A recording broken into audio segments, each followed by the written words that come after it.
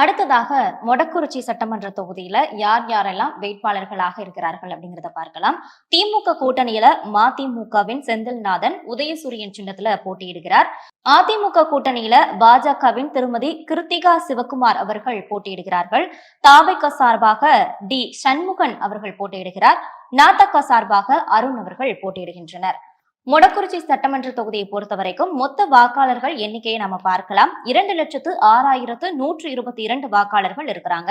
இதுல ஆண் வாக்காளர்கள் 98,532 பேரும், பெண் வாக்காளர்கள் 1,07,577 பேரும், மூன்றாம் பாலினம் 13 வாக்காளர்களும் இருக்கிறாங்க. இதுல வயது வாரியான வாக்காளர்களின் எண்ணிக்கையும் நம்ம பார்க்கலாம். அடுத்ததா சாதி வாரியான வாக்காளர்களின் எண்ணிக்கையை நம்ம பார்க்கும் பொழுது எந்தெந்த சாதியினர் மொடக்குறிச்சி சட்டமன்ற தொகுதியில இருக்கிறாங்க அப்படின்னு பார்க்கலாம்.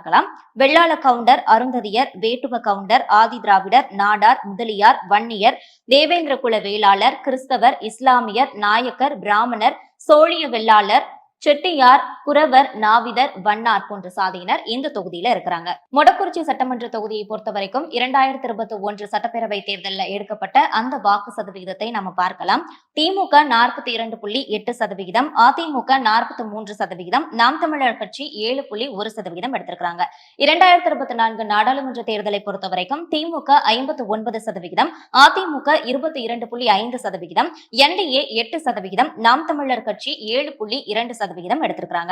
ஆக மொடக்குறிச்சி சட்டமன்ற தொகுதியை பொறுத்த வரைக்கும் 2026 தேர்தல்ல நம்முடைய மின்னம்பலம் எடுத்த மெகா சர்வேயின் அந்த கருத்து கணிப்பின் முடிவையும் யாருக்கு வெற்றி வாய்ப்பு இருக்கு அப்படிங்கிறதையும் பார்க்கலாம். மொடக்குறிச்சி தொகுதியை பொறுத்த வரைக்கும் கடந்த 2021 தேர்தல்ல திமுகவுக்கு ஒரு அதிர்ச்சியை கொடுத்த தொகுதி அப்படின்னு தான் சொல்லணும். திமுகவுடைய மூத்த தலைவர் சுப்புலட்சுமி ஜெகதீசன் அவர்கள் இங்கு போட்டியிட்டார். 281 வாக்குகள் வித்தியாசத்தில் அவர் தோல்வியடைந்தார். இதற்கு காரணம் உட்கட்சியிலேயே என்னை தோற்கடிச்சிட்டாங்க அப்படின்னு ஒரு பெரிய புகார் பட்டியலை எடுத்துக்கொண்டு போய் திமுக தலைமையிடம் கொடுத்தார். ஆனா திமுக தலைமை நடவடிக்கை எடுக்கவில்லை என்ற ஆதங்கமும் கோபமும் அவருக்கு இருந்தது. அதனால அரசியல்ல இருந்தே ஒதுங்கிட்டாங்க. ஒரு துணை பொதுச் செயலாளர் போஸ்ட்ல இருந்தவங்க அரசியலில் இருந்தே ஒதுங்கக்கூடிய அளவுக்கு இந்த மொடக்குறிச்சி தொகுதி ஒரு தாக்கத்தை ஏற்படுத்தி இருந்தது அப்படின்னு சொல்லலாம். அப்போ 2021 அவங்கள தோற்கடித்தது பாஜகவுடைய சரஸ்வதி அவர்கள். தற்போது அவருடைய மருமகள் கிருத்திகா சிவகுமாருக்கு தான் இந்த தொகுதி ஒதுக்கப்பட்டிருக்கிறது. மொடக்குறிச்சியில அதிமுக கூட்டணியில் பாஜகவுக்கு ஒதுக்கப்பட்டிருக்கக்கூடிய தொகுதி இது.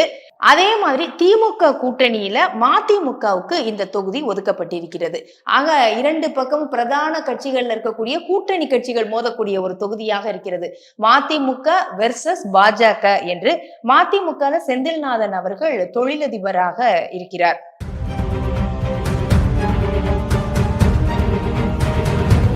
களம் எப்படி இருக்கிறது என்பதை நமது மின்னம்பலம் மீடியா சார்பாக எடுத்த கருத்து கணிப்பின்படி பார்ப்போம். மதிமுகவுக்கு 45%, பாஜகவுக்கு 33%, தமிழக வெற்றி கழகத்துக்கு 14%, நாம் தமிழர் கட்சிக்கு 7%. ஆக 12% இடைவெளியில் மதிமுக முன்னிலையில் இருக்கிறது இந்த மொடக்குறிச்சி தொகுதியில்.